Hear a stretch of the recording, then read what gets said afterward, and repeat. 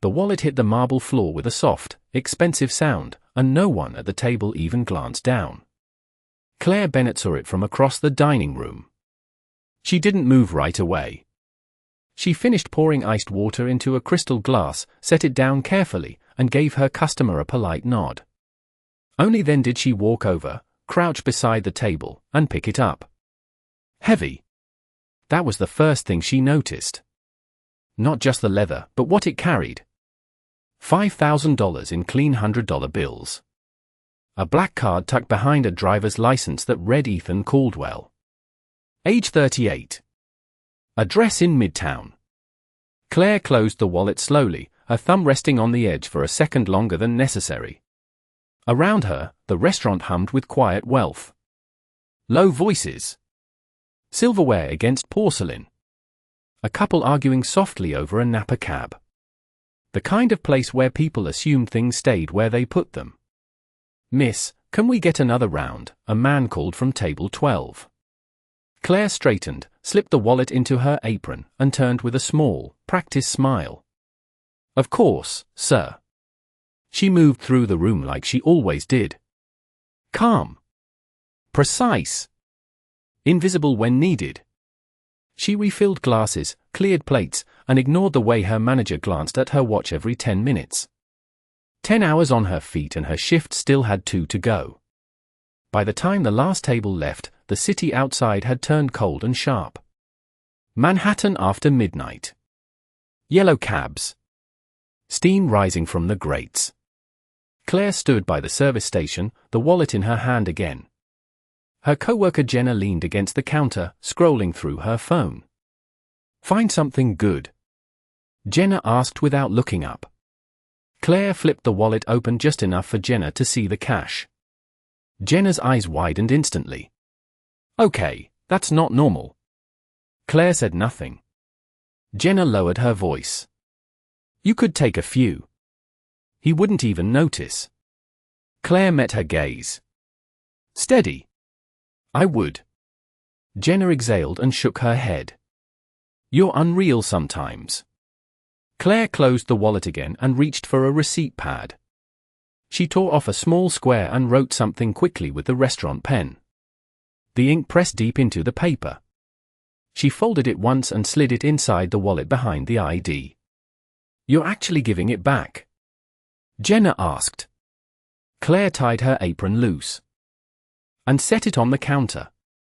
"Tomorrow morning." "You don't even know if he'll say thank you." Claire picked up her coat. A simple grey wool thing she'd worn for 3 winters. That's not the point. Outside, the wind cut through the street. Claire pulled her coat tighter and walked toward the subway entrance. She passed a black SUV parked at the curb. The same one that had dropped Ethan Caldwell off earlier. She recognized the driver leaning against the hood, checking his watch. Claire slowed for half a second, then kept walking. The next morning, Ethan Caldwell stood in his office, staring at an empty space on his desk where his wallet should have been. His assistant hovered near the door, tablet in hand. "We can cancel the 9 a.m. if you need to retrace your steps," she said carefully. Ethan shook his head once. "Controlled. Focused. No. I don't lose things." He paused, jaw tightening slightly. "Someone took it." At that exact moment, downstairs in the lobby, Claire Bennett stepped through the glass doors, the wallet held steady in her hand, and the folded note still hidden inside, carrying a message that would make a man who trusted money more than people question everything he thought he understood. Claire Bennett stepped up to the reception desk of Caldwell Capital at exactly 9:12 in the morning, the wallet held flat in both hands like something that deserved precision, not drama. The lobby smelled faintly of polished stone and expensive coffee.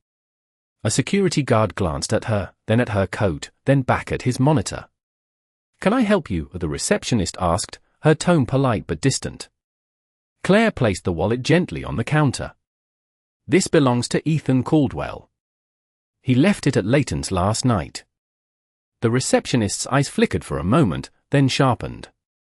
"Do you have an appointment?" Claire shook her head. "No.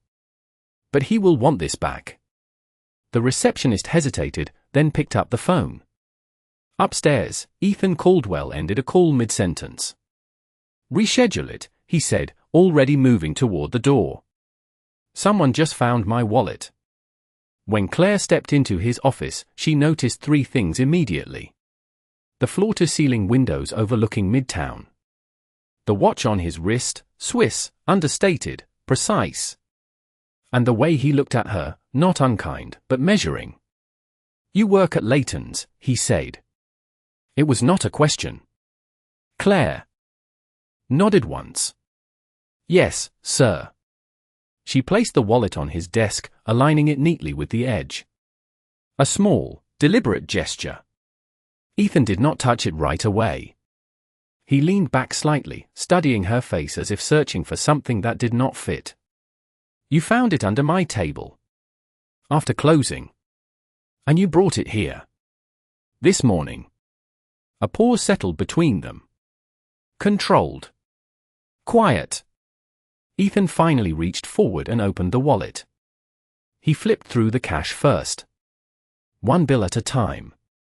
Then the card slots. Then the ID. His fingers slowed as he reached the folded piece of paper tucked behind it. He pulled it out and unfolded it. Claire watched him read. His expression did not change at first. That was what made it noticeable. Then something shifted. Subtle, but real. He looked up at her again, this time longer. "You wrote this." Claire met his gaze. "Yes." He set the note on the desk, smoothing it once with his palm. "Integrity is doing the right thing when no one is watching." He read it aloud, almost testing the weight of the words. "You could have taken any of this." His hand hovered over the stack of cash. Claire did not look at it. "I did not need to." Ethan's mouth curved slightly. Not quite a smile. "Everyone needs something." Claire's voice stayed even. "Not everything costs money." The room went still for a second. Then Ethan reached into his drawer and pulled out a checkbook. He wrote quickly. $10,000. He tore the check and slid it across the desk toward her. "For your honesty." Claire looked at the check. Then at him. She did not touch it. "I cannot accept that." Ethan leaned back again, this time with a hint of curiosity breaking through his control. "Cannot or will not?" Claire took a small breath. "If I take it, it changes what this was." Ethan tapped the desk lightly with his pen. "And what was this?" Claire's answer came without hesitation. "A choice." The word landed clean between them. Ethan studied her again, more carefully now. As if recalculating. "You realize most people would have made a different one." Claire gave a small nod. "I know." She stepped back slightly from the desk. A clear signal she was done. "Thank you for returning it," Ethan said, his tone measured but sincere. Claire inclined her head once. "You are welcome." She turned and walked toward the door, her steps steady, unhurried. Ethan watched her go. The door closed softly behind her. He looked down at the wallet again. Then at the check still lying untouched on the desk.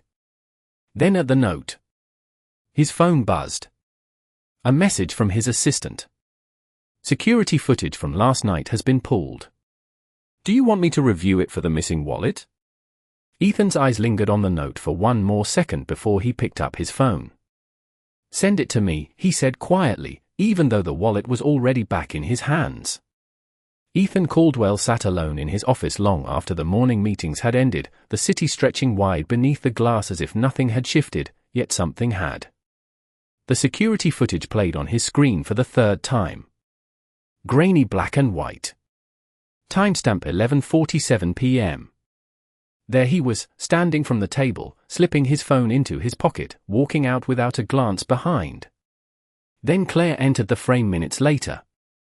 She moved with the same quiet precision he had seen in person. No hesitation. No glance around. She bent, picked up the wallet, and held it for a moment. Ethan leaned forward slightly. The footage had no sound, but her stillness spoke. She did not open it immediately. She carried it to the service station first. Set it down. Finished wiping the table. Only then did she return to it. Ethan paused the video. He studied the frame. The way her hand rested on the wallet before opening it. Careful. Intentional. He hit play again. She opened it just enough. Closed it again. No movement that suggested counting. No shift in posture that hinted at surprise. Just control. Ethan leaned back slowly in his chair. She already decided, he murmured to the empty room. His phone buzzed again. His assistant's name lit the screen. Yes. We ran her name. Claire Bennett. 27. No criminal record. Current address in Queens. Employment checks out. But Ethan's eyes narrowed slightly. But what? A pause on the line. There is a gap. About 3 years ago. No employment history. No school records. Nothing consistent. Ethan looked back at the paused frame on his screen. Claire standing alone in the empty restaurant. People do not just disappear for 3 years, he said quietly. Exactly. He ended the call and reached for the note again. The paper felt ordinary. Cheap even. Torn from a receipt pad. But the handwriting was steady. Press deep. As if each letter mattered. Integrity is doing the right thing when no one is watching. Ethan stood and walked to the window. Midtown traffic crawled below. Yellow cabs. Delivery trucks. People moving with purpose. He had built his entire life on reading people. Predicting them. Leveraging what they wanted. It was how deals closed. How companies grew. How trust was negotiated. But this did not fit. He turned back to his desk and picked up the wallet again. He opened the cash compartment and removed a single bill. $100. Crisp. Untouched. He placed it beside the note and stared at both. Everyone needs something, he said under his breath, repeating his own words from earlier. The door behind him opened slightly. Mr. Caldwell, your 2 o'clock is here, his assistant said. Ethan did not turn. Reschedule it. It is the Boston group. Reschedule it. The door closed again. Ethan reached for his phone and dialed a number he had not planned to call. Get me Layton's, he said when the line connected. A moment later, a familiar voice answered. Layton's, this is Jenna. Ethan's tone shifted, smooth but direct. This is Ethan Caldwell. I need to speak with Claire Bennett. There was a pause. Then a slight change in Jenna's voice. She is not on shift today. When is she in? Another pause. Longer this time. Tomorrow night. Ethan glanced at the note one more time. Tell her I will be there. He ended the call before Jenna could respond. Across the city, in a small apartment in Queens, Claire Bennett sat at a narrow kitchen table with a stack of unopened mail in front of her and the same pen she had used the night before resting between her fingers, her expression calm but her eyes fixed on a letter she had not yet opened, a letter addressed in a handwriting she had not seen in 3 years. Claire Bennett turned the envelope over once in her hands before opening it, her fingers steady even as the paper resisted slightly along the edge, as if it had been sealed with more than just glue, and when she finally pulled it apart she did not rush, she never rushed, not even now, not with a return address she recognized immediately, Columbia University, Department of Linguistics, the same place she had walked away from 3 years ago without explanation to anyone who mattered, and inside was a single page, formal, precise, unmistakably institutional, inviting her to re-enroll under a reinstatement review that required documentation, verification, and a personal statement explaining the gap in her academic record, and at the bottom a handwritten note in blue ink that did not belong to any administrator, we still remember your thesis, signed only with the initials MR, and Claire's eyes lingered there for a moment longer than necessary before she folded the letter carefully and placed it back into the envelope, her posture unchanged, her expression composed, but something in the stillness had shifted, something older than the restaurant, older than the city itself, something tied to the part of her life she had buried deliberately and completely, until now. And across the river in Manhattan, Ethan Caldwell stepped into Layton's just before 7 the next evening, his presence immediate but controlled, the maître d' straightening instinctively as he approached. "Mr. Caldwell, welcome back," and Ethan gave a small nod, his gaze already scanning the room, not for luxury, not for clients, but for one person, and when he did not see her he turned slightly. "Claire Bennett. She is working tonight," and the maître d' hesitated for half a second, just enough to be noticeable. "Yes, sir, but she is in a different section this evening," and Ethan's eyes narrowed slightly. "Then I will sit there," and he followed without waiting for permission, his steps measured, deliberate, until he reached a quieter corner of the dining room where Claire stood beside a table, taking an order, her voice calm, professional, unchanged, and for a brief second she did not look at him. Not because she had not noticed him, but because she had, and she was choosing the timing of that moment, and when she finally turned, her eyes met his with the same steady clarity as before, no surprise, no hesitation, just recognition. "Good evening, Mr. Caldwell," she said, as if he were any other guest, and Ethan pulled out the chair opposite her station, not sitting yet, just holding the space. "I asked for you," he said, direct, unfiltered, and Claire gave a small nod. "I can see that." And there was a pause, brief but charged, before she added, "I will be with you in a moment," and she turned back to her table, finishing the order without rushing, writing each item clearly, repeating it back, placing the menu down with care, and only then did she return to him, standing across from the table, not sitting, not yielding ground. "What can I get for you tonight?" she asked, her tone even, and Ethan studied her, closer now, noticing the same pen clip to her apron, the same controlled movements, but also something else, something he had not seen the day before, a faint crease in the envelope corner tucked just slightly visible from her coat pocket hanging by the service station, and without breaking eye contact he said, "You left something in my wallet," and Claire's expression did not change. "I returned what was yours," she replied, and Ethan reached into his jacket, pulled out the folded note, and placed it on the table between them, aligning it with the edge, just as she had done with the wallet, mirroring her precision exactly. "This," he said quietly, "was not mine," and for the first time, Claire's gaze shifted, not away, but inward, a fraction of a second, enough for Ethan to see it, and he leaned slightly forward, lowering his voice. 3 years, he added, almost casually, "that is a long time to disappear," and the air between them changed, not louder, not sharper, but deeper, like something unseen had just been named, and Claire straightened just slightly, her voice still calm but carrying a new edge. "Careful, Mr. Caldwell," she said, "you are starting to look for things you do not understand," and Ethan held her gaze, unblinking. "That is exactly why I am here," he replied, and Claire glanced once toward her coat, toward the envelope that did not belong to this room, then back at him, and for the first time since he had met her, there was a question behind her eyes, not fear, not doubt, but calculation, and she said quietly, "Then you should decide if you want the truth." A beat passed, and then, almost as an afterthought, because once you see it, you do not get to put it back, and Ethan did not move, did not speak, but something in his expression shifted again, as if the deal in front of him had just become far more expensive than he expected, and across the room, unnoticed by both of them, the maître d' spoke quietly into his phone, watching Claire with a different kind of attention than before.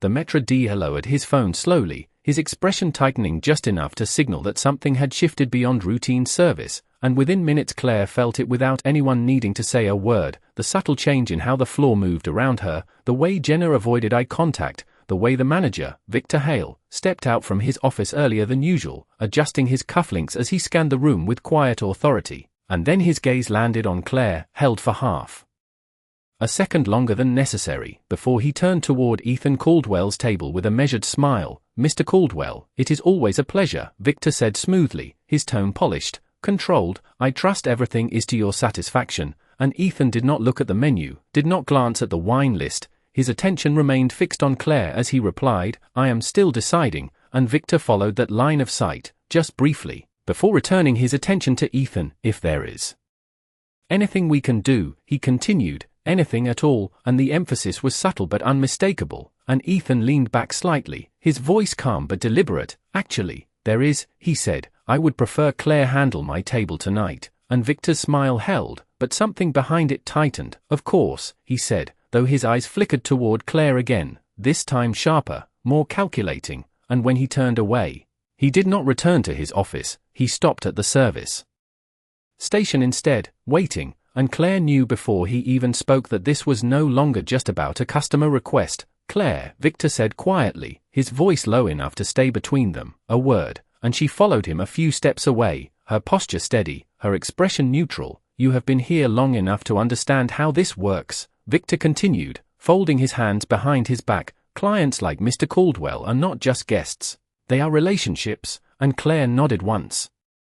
I understand, she said, and Victor studied her for a moment, then added, good, because he just asked specifically for you, and when someone like that makes a request, we do not complicate it, and Claire met his gaze. I have not complicated anything, she replied evenly, and Victor's jaw shifted slightly. That remains to be seen, he said, before lowering his voice further. There are rumors already, Claire, about last night, about you going to his office this morning, about you turning down money, and Claire did not react, not outwardly, but the information landed, precise. People notice patterns, Victor continued, and they draw conclusions, and Claire's voice remained calm. Then they should be careful with both, she said, and for a brief second Victor's composure slipped, just enough to reveal irritation. This is not a philosophy class, he said, this is a business, and Claire held his gaze, unflinching. Then treat it like one, she replied, not like a rumor mill, and the tension between them sharpened, quiet but undeniable, until Victor exhaled slowly and stepped back.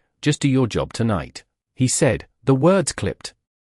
Now, controlled again, no surprises, and Claire gave a small nod. I never do, she said, before turning and walking back toward Ethan's table, her steps unchanged, but the pressure around her now visible, measurable, and when she reached him, Ethan was watching her with a different kind of attention than before, not just curiosity, but recognition of the shift that had just occurred. You just got pulled into something, he said quietly, not a question, and Claire set a glass of water in front of him with precise care. This is your table, she replied, deflecting without denying, and Ethan leaned forward slightly, lowering his voice. No, he said, this is about me now, and Claire's eyes met his again, steady but sharper than before. It was always about you, she said, and Ethan held her gaze, then reached into his jacket and placed something new on the table beside the note, a printed document, crisp, official, Columbia University letterhead visible at the top, and Claire's hand paused for the first time as she saw it, just for a fraction of a second, enough to confirm what Ethan needed,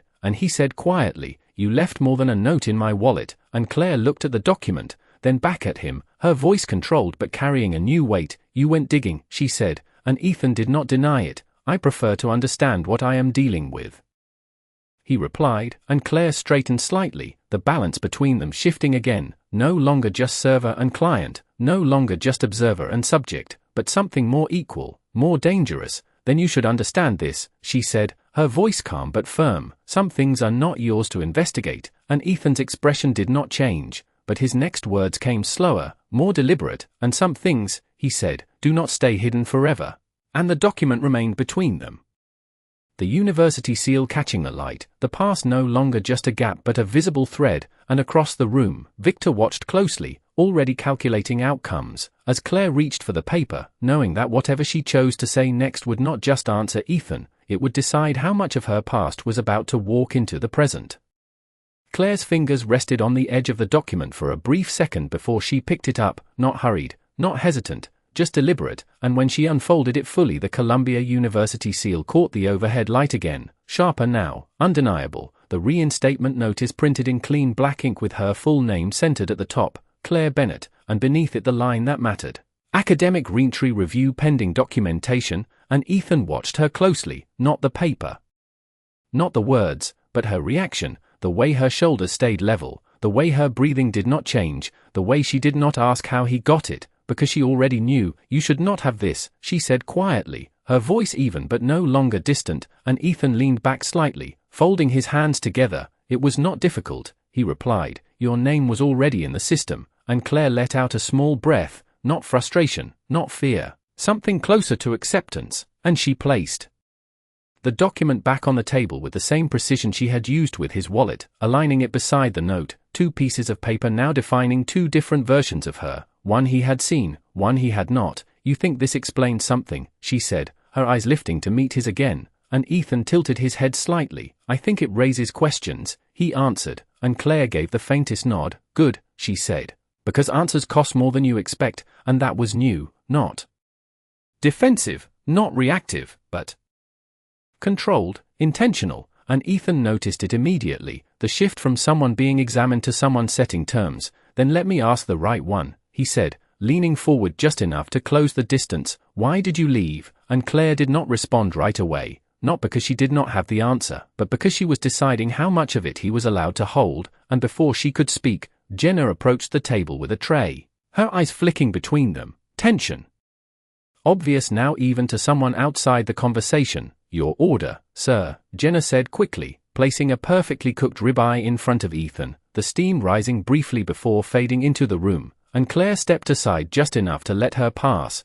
then returned her attention to Ethan as if the interruption had been part of the rhythm all along. 3 years ago, Claire began, her voice steady. I was exactly where that paper says I should be, she said, tapping the document lightly. Top of my program, published research, a future already decided, and Ethan listened without interrupting, his focus narrowing. Then someone decided to use my work without my name, she continued, and when I spoke up, I learned very quickly how expensive truth can be, and Ethan's expression shifted slightly, not surprise, but recognition. Academic theft, he said, and Claire gave a small nod. Call it whatever you want, she replied. It was enough to make sure I had no place left there, and for the first time, Ethan leaned back, not out of control, but out of recalculation, because this was no longer just a gap, it was a conflict, a system, a pattern he understood very well. And you walked away, he said, and Claire's eyes held his. I chose not to beg for something that was already mine, she answered,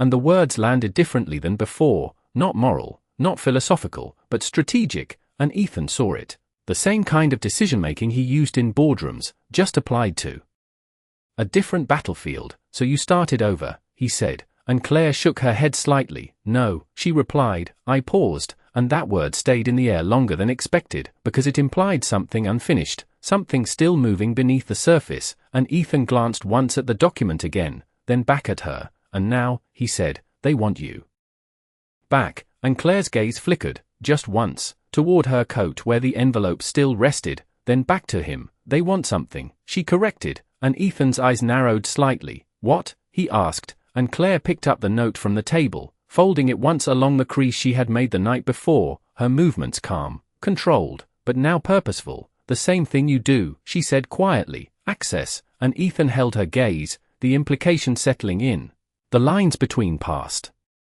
and present starting to connect in a way he had not expected, and Claire placed the folded note back down, her voice steady. The difference is, she added, I know exactly what they are looking for. And Ethan did not speak, but something in his posture shifted again, not dominance, not curiosity, but alignment, as if the conversation had just moved onto ground he recognized, and Claire stepped back slightly from the table, her role returning on the surface, but something underneath had already changed. And as she turned to leave, she said one last thing, just loud enough for him to hear. If you really want to understand, she said, you should ask why they remembered my thesis now. And Ethan's eyes followed her as she walked away, the document still on the table, the note beside it, and for the first time since this began, he realized that whatever Claire Bennett had paused 3 years ago was not over. It had been waiting, and now it was starting again. Claire did not return to Ethan's table for the next 10 minutes, and that was the first real shift he noticed, not her absence, but the choice behind it, because every other server in the room moved according to the same rhythm, orders, refills, timing, but Claire moved differently now. She was not avoiding him, she was controlling when the next interaction would happen, and Ethan recognized that immediately. The same way he recognized leverage in a negotiation, and he let it play out. He cut into the steak without tasting it, his attention fixed on the room, tracking her movements, the way she spoke to other tables, the way she paused briefly at the service station where her coat still hung, the envelope inside it no longer hidden by accident but placed with intention, visible enough to be noticed, and when she finally returned, she did not bring a refill or a check, she brought a small black folder, thin, unmarked, and set it on the table beside his plate, aligning it with the same precision as everything else. "You should look at this," she said, her tone calm but different now, less guarded, more direct, and Ethan glanced at the folder, then at her. "I thought you said some things were not mine to investigate," he replied, and Claire held his gaze. "This is not an investigation," she said. "This is context," and Ethan opened the folder slowly, his fingers deliberate, expecting something simple, a document, a letter, but inside were printed pages, screenshots, emails, academic headers, and at the top of the first page a name he recognized immediately, Dr. Michael Rourke, Columbia University, Department Chair, and beneath it a subject line, Research Submission Review, dated 3 years ago, and Ethan's eyes moved quickly now, scanning, connecting, reading phrases that did not belong together. Submission received, revision requested, authorship clarification pending, and then another document, a published paper, same research title, same structure, but the author listed was not Claire Bennett, it was Michael Rourke, and Ethan's expression changed, not slowly this time, but sharply, because this was no longer a story, it was evidence. "You kept this," he said, his voice lower now, more focused, and Claire gave a small nod. "I kept everything," she replied, and Ethan flipped to the next page. More emails, internal threads, phrases like consolidate authorship, expedite publication, remove conflicting claims, and he stopped at a single line highlighted in yellow, proceed without Bennett, and the room around him seemed to fade for a second, not because of shock, but because of clarity. "This was not an accident, this was a decision. You could have taken this public," he said, looking up at her, and Claire's expression remained steady. "I tried," she answered, 3 times, and Ethan leaned back slightly, recalculating again, but this time the equation was different, because now he was not looking at a gap, he was looking at a suppressed asset, something valuable that had been buried. "And they shut you down," he said, and Claire nodded once. Quietly, she replied, "The way institutions prefer," and Ethan tapped the folder lightly with his fingers, his mind already moving ahead, patterns forming, opportunities aligning. "So why now?" he asked. "Why send you a reinstatement letter after 3 years?" And Claire's eyes flicked briefly toward the envelope in her coat, then back to him. "Because something changed," she said, and Ethan narrowed his gaze slightly. "What?" And Claire leaned in just enough to lower her voice, not for secrecy, but for precision. "Your firm," she said, and Ethan did not react immediately, but the connection landed, clean and direct. "Caldwell Capital is funding a new research initiative at Columbia," Claire continued. "One that depends on the exact model I built," and Ethan's hand stilled on the folder, the pieces aligning faster now. "They need you," he said, and Claire gave a faint nod. "They need access to what I created," she corrected, and Ethan closed the folder slowly, his expression no longer curious, no longer detached, but engaged, because this was now part of his world, leverage, assets, control, and he looked at her with a different kind of respect, one that came from recognizing strategy, not just integrity. "So this is your move," he said, and Claire's voice remained calm, but there was something new behind it, something sharper. "This is my timing," she replied, and Ethan held her gaze for a long second, then asked the question that shifted everything again. "And what do you want from me?" And Claire did not answer immediately. She straightened, stepping back slightly, her posture returning to neutral, but her eyes still locked on his. "That depends," she said quietly, "on whether you are willing to find out." Who else knew? And Ethan's grip tightened slightly on the folder, because for the first time since this began, the problem in front of him was not just about her past, it was about his present, and possibly his own firm. And as Claire turned away again, leaving him with the documents and the implication hanging in the air, Ethan realized that if she was right, then someone inside his own deal had been playing a much longer game than he had seen.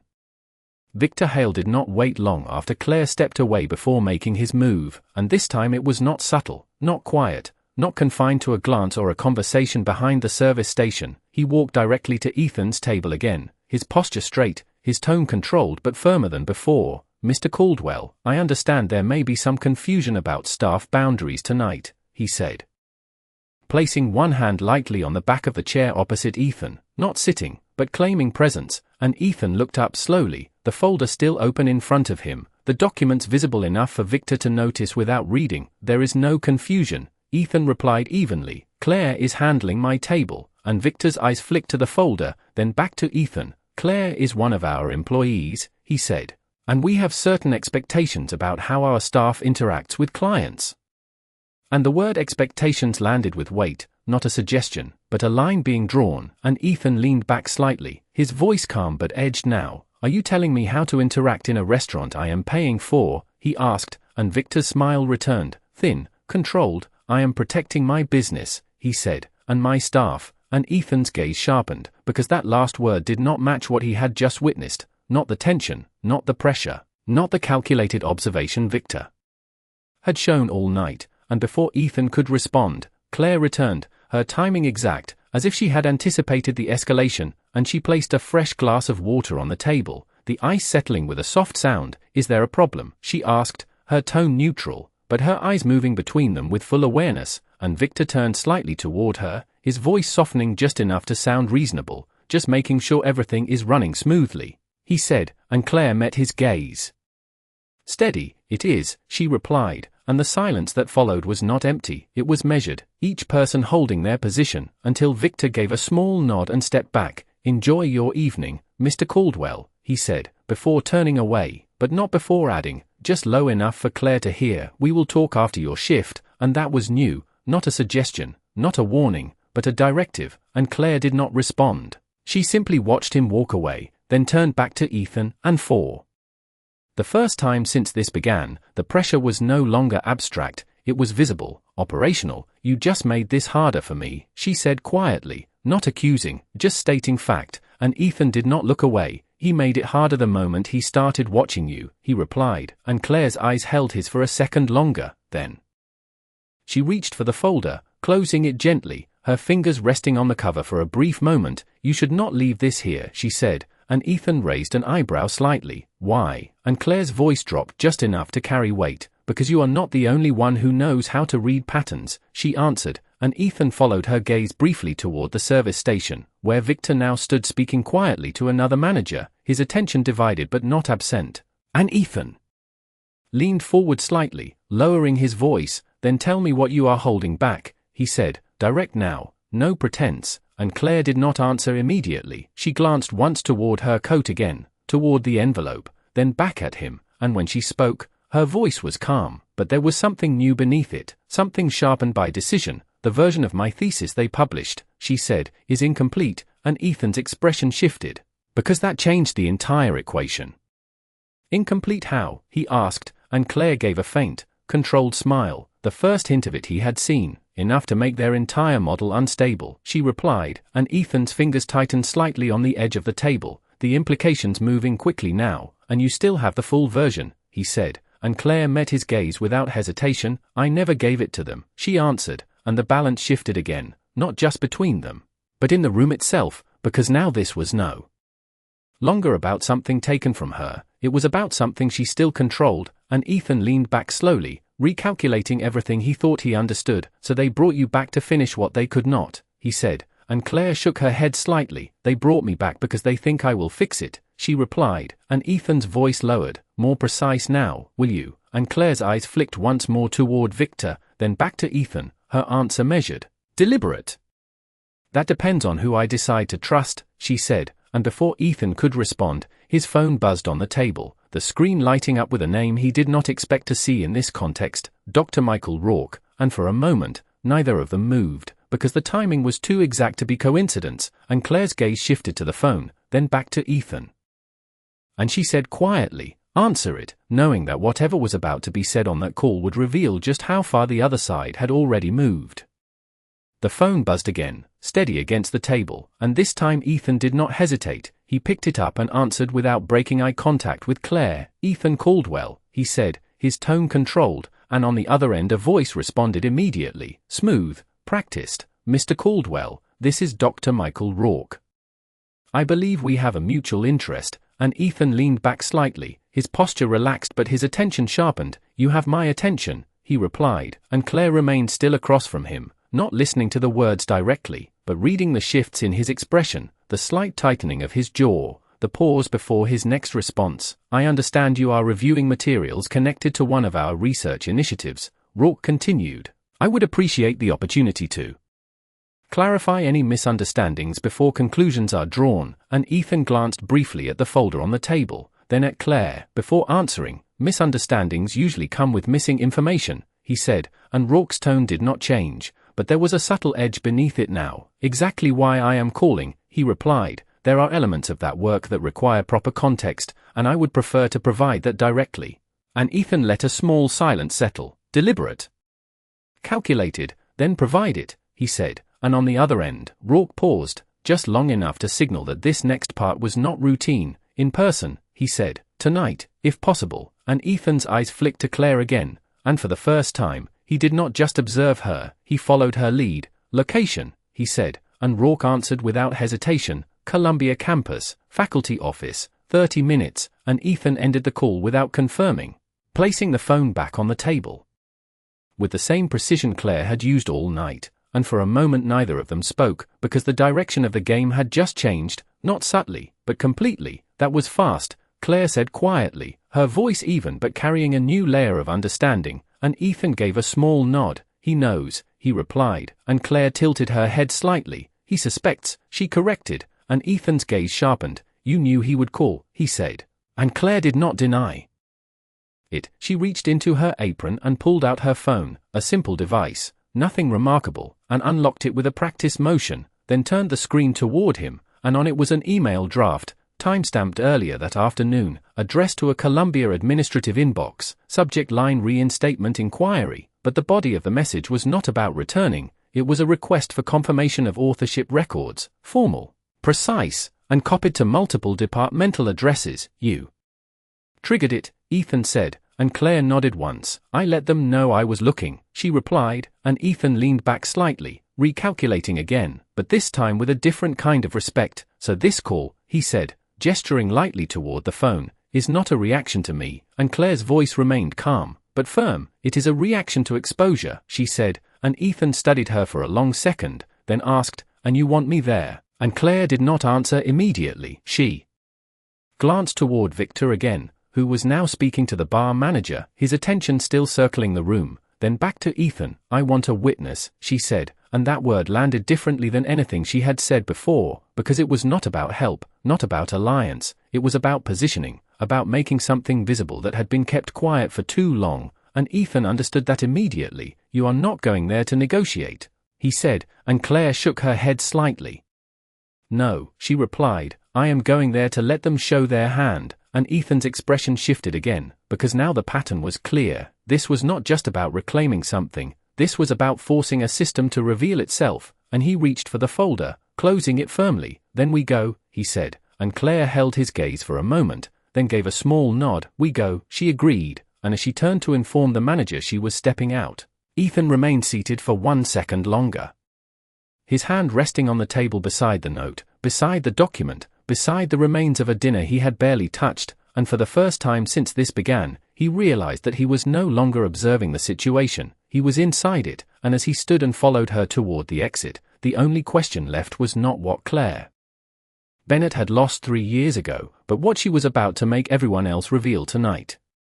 The city moved faster outside as they stepped onto the sidewalk, the air sharper now, the noise of traffic cutting through the silence between them, and Ethan did not reach for a driver or call for a car. He simply started walking, knowing she would match his pace, and she did, her steps steady, measured, her attention forward but her awareness everywhere. You did not tell your manager, he said after a few seconds, his voice low but direct, and Claire adjusted her coat slightly as they reached the corner. He already knows I left, she replied, he just does not know why, and Ethan glanced at her briefly. He will find out, he said, and Claire gave a small nod. That is part of the point, she answered, and that was the shift, not defensive, not reactive, but intentional exposure, and Ethan recognized it as escalation, not retreat, and within minutes they were in the back of a black sedan moving uptown, the skyline tightening around them as Columbia's campus came into view.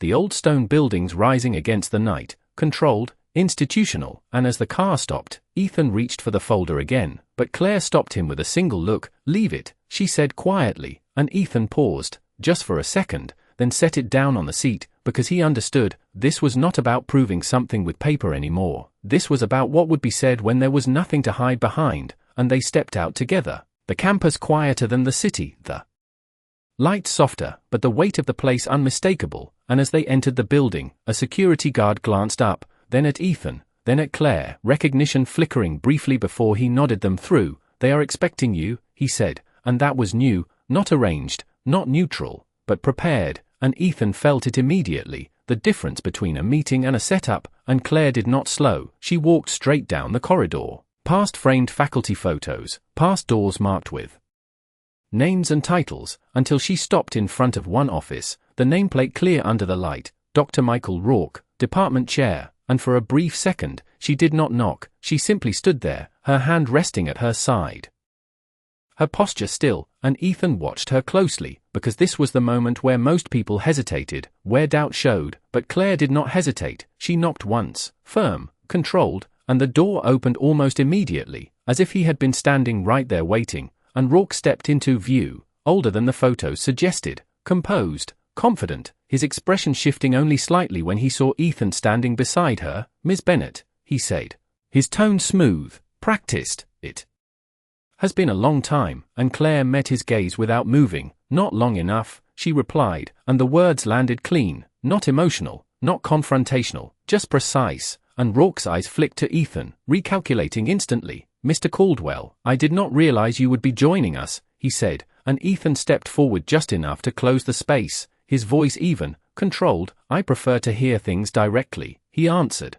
and Rourke gave a small nod, stepping back to allow them inside. "Of course," he said, "then let us be direct," and the office was exactly what Ethan expected, organized, curated, shelves lined with publications, awards framed on the walls, a desk cleared except for a single open folder placed at the center, positioned deliberately, and Claire noticed it immediately, the same way she noticed everything else, and she walked in without waiting to be invited further, her eyes fixed on that folder. "You already prepared something," she said, and Rourke closed the door behind them, the soft click echoing just enough to mark the shift from public space to private ground. "I always prepare," he replied, and Ethan remained standing, not taking a seat, his attention moving between them, tracking every detail, every movement, every word, because now this was not just her past or his deal, this was a controlled environment designed by the other side, and Claire stepped closer to the desk, stopping just short of the folder, her posture straight, her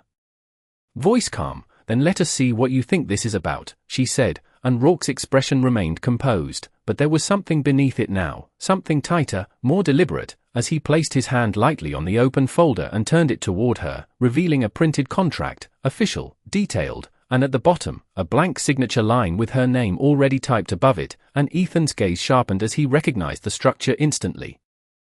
This was not a clarification, this was an offer, or a trap, and Rourke spoke quietly, his tone controlled but firm. "This is how we resolve things," he said, and Claire did not touch the paper, she simply looked at it, then at him, her expression unchanged. "No," she said, just one word, but it stopped the room, and Rourke's eyes narrowed slightly for the first time. "You have not even read it," he replied, and Claire's voice remained steady. But there was something final in it now, something that had been building since the moment she picked up that wallet. "I already know what it costs," she said, and Ethan watched the exchange carefully, because this was no longer a conversation, this was positioning before impact, and Rourke's hand remained on the contract, his control still intact, but thinner now, and he said quietly, "Then perhaps you should hear the full terms," and Claire's gaze did not waver. "No," she repeated, softer this time, but stronger. "You should hear mine," and for the first time since they entered the room, Ethan saw the balance shift completely, because whatever Claire Bennet was about to say next was not a response, it was the move she had been preparing all along.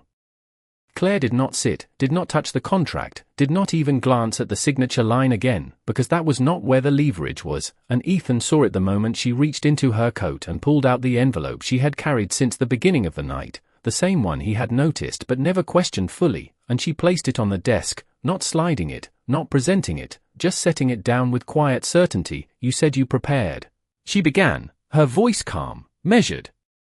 "So did I," and Rourke's expression held for a second, then tightened just slightly as he looked at the envelope, then back at her. "What is this?" he asked, and Claire opened it without answering, pulling out a thin stack of printed pages and a small flash drive attached to a labeled key tag, and she placed both on top of his contract, covering the signature line completely, and that was deliberate, unmistakable. "This," she said, Is the version of my thesis you never saw, and Ethan's.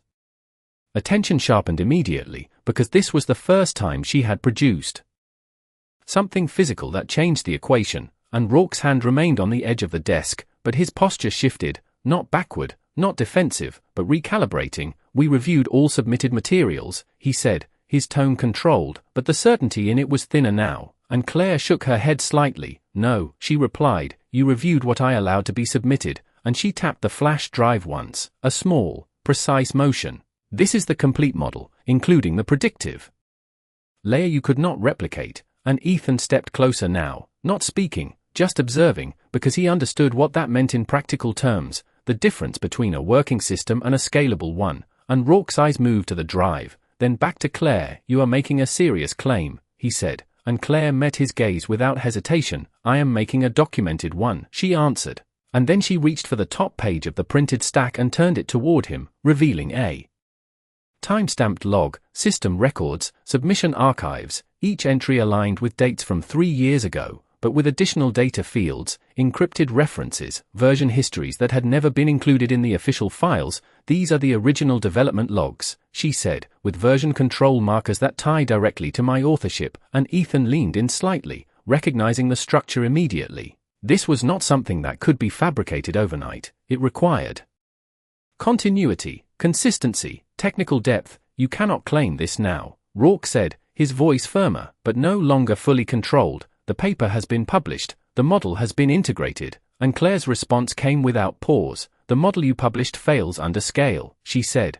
and she turned another page, revealing a series of test results, graphs, failure points, breakdown thresholds, each labeled with institutional test environments, and Ethan's eyes narrowed as he read the figures, because they aligned too closely with early-stage reports his firm had received but not yet fully understood. You have already seen the instability, Claire continued, her voice steady. You just do not know why, and that was the shift, not accusation, not emotion, but clarity backed by evidence, and Rourke's silence confirmed it more than any denial could have, and Ethan straightened slowly, his gaze moving from the documents to Rourke, then back to Claire. You held this back, he said, not as a question, but as recognition.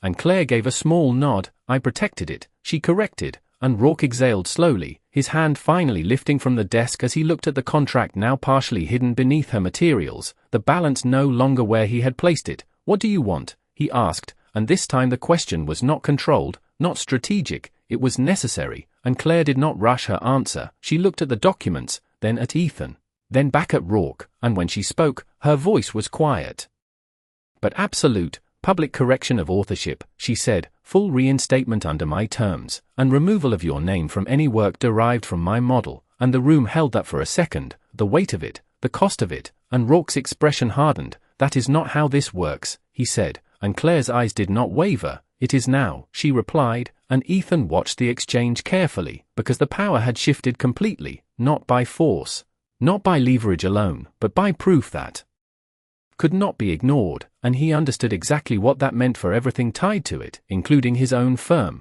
And as the silence stretched, Rourke's phone buzzed on the desk, the screen lighting up with a notification from a Columbia research server, automated alert, model instability detected in current test phase, and for a moment, no one moved, because the timing was too precise, too aligned with everything Claire had just revealed. And she glanced at the screen, then back at Rourke. Her voice calm, almost quiet. That is the part you could not fix, she said, and Ethan's gaze shifted between them, because now the evidence was not just in her hands, it was in the system itself, unfolding in real time, and Rourke looked at the notification, then at the documents, then at Claire, and for the first time since they entered the room, he did not have an immediate response, and Claire stepped back slightly, not retreating, but giving space for the truth to settle, and Ethan realized that whatever came next would not just decide her future, it would expose everyone who had been involved in burying it. And as Rourke finally reached for his phone, his hand slower now, more deliberate, Claire spoke one more time, just enough to stop him. You can answer that, she said, or you can answer me. And the choice between the system failing and the truth being acknowledged hung in the air, unresolved, waiting for the moment when one of them would decide which mattered more. The notification sound faded, but the silence that followed did not. It settled into the room like something heavier than any document on the table, and Ethan Caldwell felt it before he understood it, the shift from strategy to consequence, from leverage to responsibility, and his eyes moved from the glowing screen in Rourke's hand to the pages Claire had placed down with such quiet certainty, then back to her face, calm, composed, but carrying something deeper now, something that had cost her years. And for a moment he did not speak, because something older had already begun to surface, something he had not expected to feel here, not in a boardroom, not in a negotiation, not in a place where control was supposed to be absolute, and then it came back to him, not as a thought, but as a memory he had spent years avoiding, a small kitchen in Chicago, the smell of burnt coffee, his younger sister standing across from him with a letter in her hand, her voice shaking as she asked him to read it, to listen, to believe her, and Ethan had not even looked up from his phone. He had dismissed her with a single sentence, "You should have been more careful," and the way her face changed in that moment, not anger, not even sadness, but something quieter, something that closed a door between them that he never reopened, and the memory lingered now with a clarity that made his chest tighten, because he had been certain then, certain of his judgment,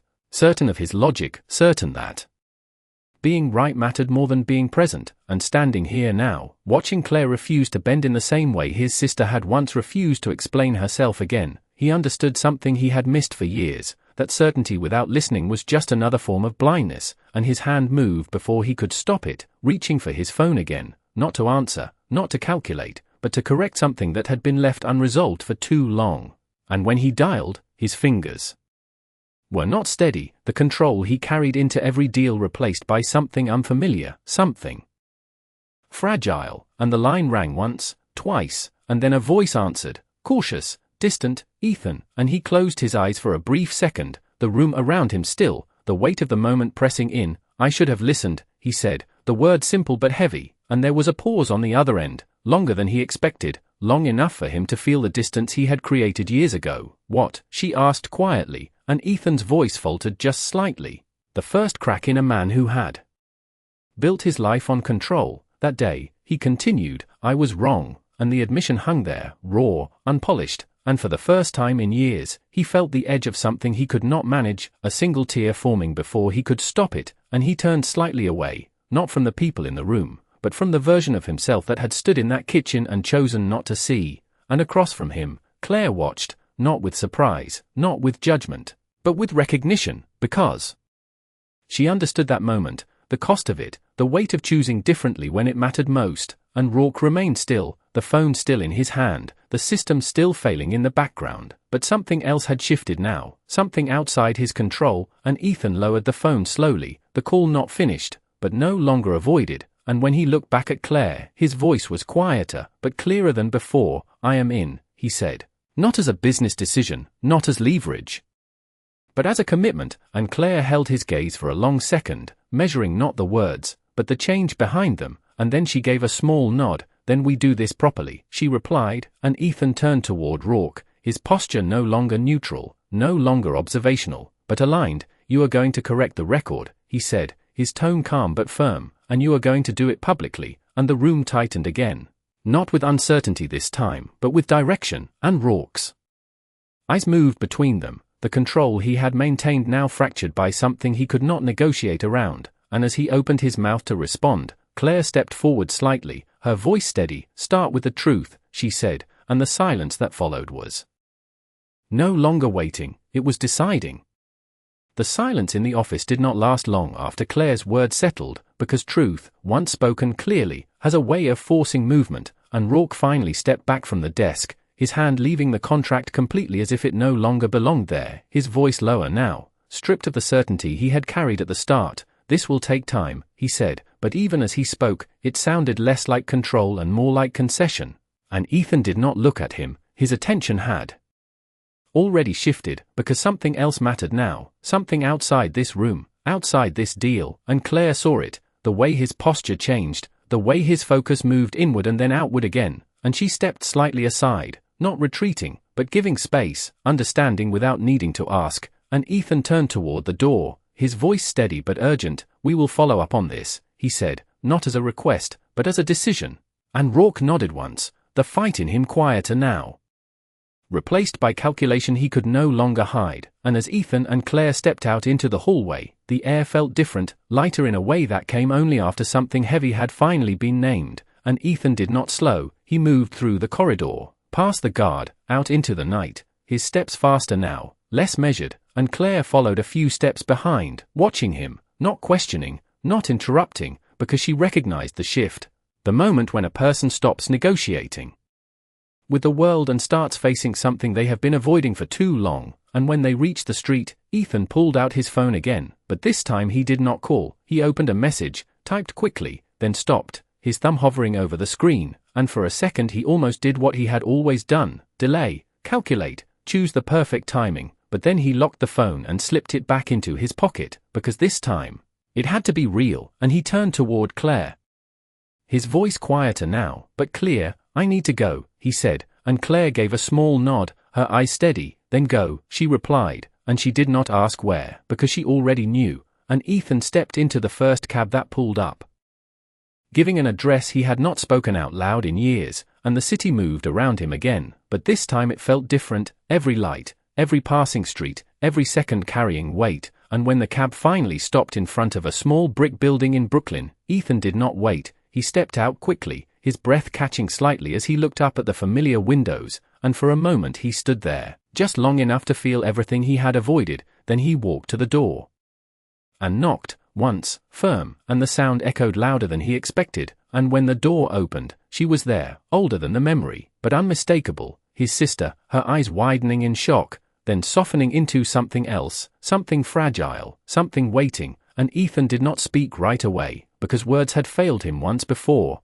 and he would not let them fail again, so instead he stepped forward, closing the distance, and wrapped his arms around her, holding her tighter than he had ever allowed himself to hold anyone, and for a second she froze, caught between surprise and disbelief, then her hands lifted slowly, gripping the back of his jacket, pulling him closer, and the tension that had lived between them for years broke in that moment, not with anger, not with blame, but with release, and Ethan felt it in the way his shoulders dropped, in the way his breath shook, in the way a second tear fell without resistance, and his voice came out unsteady but real. "I am sorry," he said, and she pulled back just enough to look at him, her eyes wet, her expression open in a way he had not seen since that day in the kitchen. "You finally showed up," she said softly, and there was no accusation in it, only truth, and Ethan nodded, his voice quiet but certain. "I should have been here years ago," he replied, and she gave a small, trembling smile, reaching up to wipe the tear from his cheek with her thumb, a simple gesture,